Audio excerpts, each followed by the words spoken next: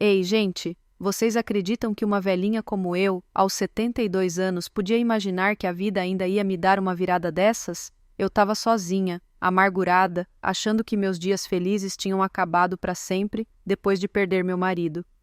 Mas aí, numa noite chuvosa, eu encontro uma menininha tremendo de frio no meu quintal, toda machucada e assustada. Aquilo me gelou o sangue, mas ao mesmo tempo acendeu uma faísca no meu coração que eu nem sabia que ainda existia. Foi o começo de uma história cheia de dor, medo e esperança que me fez renascer. Se vocês estão aí pensando, ah, que loucura, esperem só para ouvir o resto. Me contem nos comentários. Vocês já tiveram um momento na vida em que algo inesperado mudou tudo? E de onde vocês estão assistindo? De São Paulo, do Nordeste, ou de algum cantinho do interior como o meu? Deixem aí embaixo, vou adorar ler e responder com um coraçãozinho. Ah, e se a história te tocar, dá um like e se inscreve no canal para não perder as próximas, tá? Vamos nessa, porque o que vem pela frente é de arrepiar. Meu nome é Maria, e eu moro num sítio pequeno aqui no interior de Minas Gerais, daqueles lugares onde todo mundo se conhece e o tempo passa devagar. Antes de tudo isso acontecer, minha vida era simples, mas cheia de amor. Eu casei com o João quando era bem novinha, uns 18 anos, e a gente construiu tudo juntos. Ele era um homem bom, trabalhador, daqueles que acordava antes do sol para cuidar da roça. Tivemos 2 filhos, o Carlos, o mais velho, e o Paulo, o caçula. A casa era sempre cheia de barulho, risadas das crianças correndo pelo quintal, cheiro de feijão cozinhando no fogão a lenha. Eu me sentia completa, sabe? Mas a vida não é só alegria.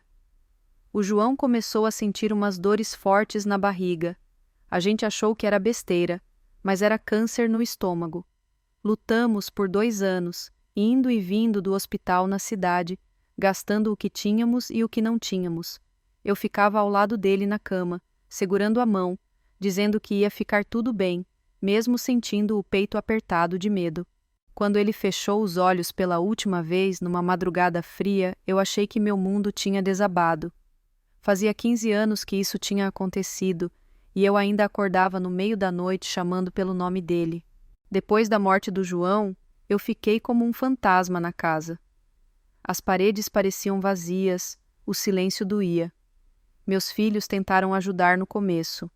O Paulo, que era o mais novo, vinha todo fim de semana da cidade onde morava com a esposa, a Rita, e os 2 filhos pequenos, a Ana e o Pedro. Ele insistia para eu vender o sítio e ir morar com eles, mas eu, teimosa que só, dizia que não. Aquele lugar era tudo que me restava do João. Cada árvore plantada, cada canto da casa tinha uma lembrança. O Carlos era o meu orgulho, mas ele se perdeu cedo. Começou a andar com gente errada, beber demais, se meter em dívidas. Eu briguei, chorei, mas nada adiantava. Quando a mãe dele morreu, não, a mãe sou eu, mas quando o pai dele se foi, ele desabou de vez. Sumiu uns meses depois, deixou um bilhete dizendo que ia tentar a sorte em outro lugar. Nunca mais deu notícia. Eu ouvia boatos de que ele estava por aí, vivendo mal, mas nada concreto. Aquilo me corroía por dentro. Uma mãe nunca esquece um filho, né? O Paulo tentava me consolar, mas a gente acabou brigando feio. Ele dizia que eu estava me isolando, que precisava mudar, e eu, no meu orgulho, mandava ele cuidar da vida dele. A última briga foi a pior. Ele disse que ia embora de vez, e eu, idiota, respondi: vai então. A porta batendo ecoou na casa como um tapa na cara. Meses se passaram sem uma palavra dele. Eu virei uma velha rabugenta, gente. Mal saía de casa, falava só o necessário com os vizinhos. A dona Rosa, a fofoqueira da rua, vivia tentando meter o nariz na minha vida, mas eu cortava logo. Preferia a companhia das galinhas no quintal do que gente xereta. Mas aí, numa noite de chuva forte, tudo mudou. Eu estava guardando as ferramentas no galpão quando vi um vultinho se mexendo perto da cerca. Achei que era um bicho qualquer, mas quando me aproximei, meu coração parou.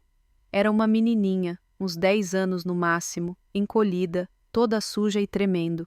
Os olhos dela eram enormes, cheios de medo, como se o mundo inteiro tivesse sido cruel com ela. Eu não pensei 2 vezes. Peguei ela pela mão e levei para dentro do galpão. Menina, o que você está fazendo aqui sozinha? Perguntei, mas ela ficou muda, só me olhando. Meu Deus, ela estava magrinha, as costelas aparecendo, roupas rasgadas. Parti um pedaço de pão que tinha no bolso e comi um pouco na frente dela para mostrar que era seguro. Só aí ela pegou e devorou. Depois sussurrou baixinho. Sofia era o nome dela. Naquela noite, arrumei um cantinho com feno e uma coberta velha. Ela se encolheu, mas não tirava os olhos de mim, como se esperasse que eu a jogasse fora. Eu não podia fazer isso, né? Algo no olhar dela me lembrou de mim mesma depois de perder o João. Sozinha, quebrada. Decidi esconder ela ali, pelo menos até entender o que tinha acontecido. Sabia que era loucura, mas meu coração mandava. Nos dias seguintes, levava comida, roupas limpas da minha neta que o Paulo tinha deixado uma vez. Sofia não falava muito, só olhava e às vezes sorria tímido. Eu me apegava mais a cada dia. Mas esconder uma criança num sítio pequeno como o meu era questão de tempo até alguém notar. Eu saía do galpão com um sorriso bobo no rosto, algo que não fazia há anos. Os vizinhos começaram a cochichar. A velha Maria tá diferente, o que será que ela esconde? A dona Rosa, claro, foi a pior. Um dia me pegou no portão. Dona Maria, o que tanto a senhora faz no galpão? Tá rindo sozinha. Eu mandei ela cuidar da vida dela, mas o coração batia forte de medo. Foram 15 dias assim. Eu levando ela para casa à noite para tomar banho, explicando que precisava ficar escondida. Se descobrirem, vão te levar embora, filha, eu dizia, e via o pânico nos olhos dela. Aos poucos ela contou pedacinhos. Veio de uma cidade grande, os pais brigavam muito, o pai bebia e batia na mãe. Um dia, a mãe fugiu com ela, mas morreu num acidente de carro. Sofia ficou sozinha, perambulando, até chegar aqui. Meu peito doía ao imaginar uma criança passando por isso, mas o medo de perder ela crescia. E então veio a bomba. Numa noite ouvi barulho no quintal. Saí correndo e vi um grupo de vizinhos, lanternas na mão, liderados pela Dona Rosa. A gente veio ver o que você esconde, Maria. Tá agindo estranho demais. Eu gritei para pararem, mas eles forçaram a porta do galpão. Quando viram Sofia encolhida no canto, o silêncio foi ensurdecedor. A Dona Rosa berrou. Uma criança! Vou chamar a polícia agora! Meu mundo desabou. Eles achavam que eu era louca, que estava sequestrando ela. A polícia chegou com sirenes ligadas, luzes piscando. O sargento, um homem sério chamado Oliveira, me interrogou ali mesmo. Quem é essa menina? Por que está escondida? Eu expliquei que encontrei ela vagando, que só queria ajudar, mas eles não acreditaram.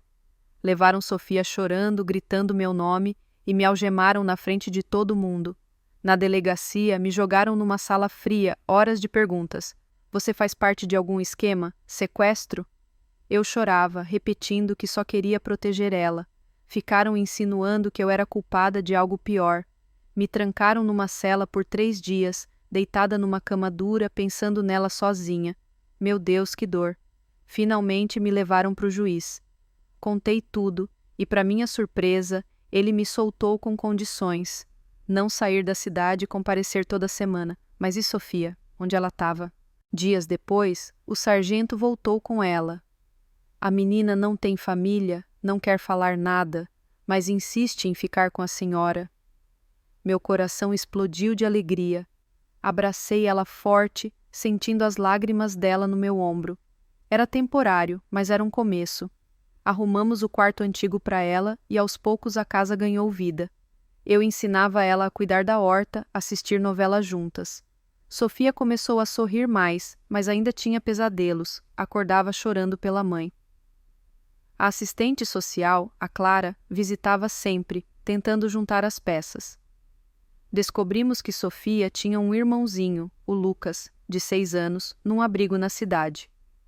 Os pais dela eram de uma família rica, donos de lojas, mas morreram no acidente. Parentes distantes queriam a guarda, mas só pelo dinheiro da herança. A tensão cresceu quando 2 advogados apareceram no sítio. Somos da família dela, disseram, entregando papéis. Meu estômago revirou. Eles queriam levar Sofia de volta pro abrigo, pro irmão não ser separado, mas na verdade brigavam pela herança. Sofia se encolheu atrás de mim, tremendo. Não quero ir, vó Maria. ela sussurrou. Aquilo me partiu. Decidi lutar. Liguei pro Paulo depois de anos sem falar. Ouvir a voz dele me emocionou. Filho, preciso de ajuda. Ele veio no fim de semana com a Rita e as crianças. A briga antiga pareceu sumir quando as netas se abraçaram. Contei tudo e Paulo disse: Vamos resolver isso juntos, mãe. Ele arranjou um advogado, o Dr. Silva, e fomos para a audiência. No tribunal, o drama explodiu. Parentes que nunca ligaram para ela agora fingiam preocupação, falando de casas grandes, escolas caras. Eu tremia, contando minha história, como a encontrei, como cuidei dela. A assistente social defendeu. Sofia mudou com a Dona Maria, ganhou confiança. Quando perguntaram para ela onde queria ficar, ela disse firme: com a avó Maria, ela me ama de verdade. O juiz ouviu o Lucas também. Quero ficar com a mana e a avó. Meu peito apertava de ansiedade. No intervalo, eu mal respirava, pensando se ia perder eles. O juiz voltou. A guarda vai para Dona Maria, para os irmãos ficarem juntos. Eu chorei, abracei todo mundo. Os parentes saíram furiosos, mas a herança ficou com um curador honesto, o amigo dos pais, o Sr. Antônio. Levamos Lucas para casa. Ele era tímido, mas logo se enturmou com os primos. A vida virou uma bênção. Escola boa para os 4, dinheiro para os gastos, mas o que importava era o amor. Teve dor também. Contratei um detetive para o Carlos e descobri que ele morreu há anos, vítima de dívidas com agiotas. Chorei dias, enterrei os ossos ao lado do João, mas a família me segurou. Anos passaram, as crianças cresceram. Sofia se formou em administração, cuida de abrigos para crianças órfãs, como o que ela esteve. Lucas está na engenharia, mas ajuda nos projetos. Viajamos para a Itália no casamento do curador, uma loucura de luxo que eu nunca imaginei. Hoje, aos 72, olho para trás e vejo que nunca é tarde para recomeçar. A dor me endureceu, mas o amor me salvou. Se vocês sentiram algo parecido, contem nos comentários qual foi o momento que mudou sua vida. Dá like se te emocionou, se inscreve para mais histórias reais e fiquem com Deus. Beijo no coração.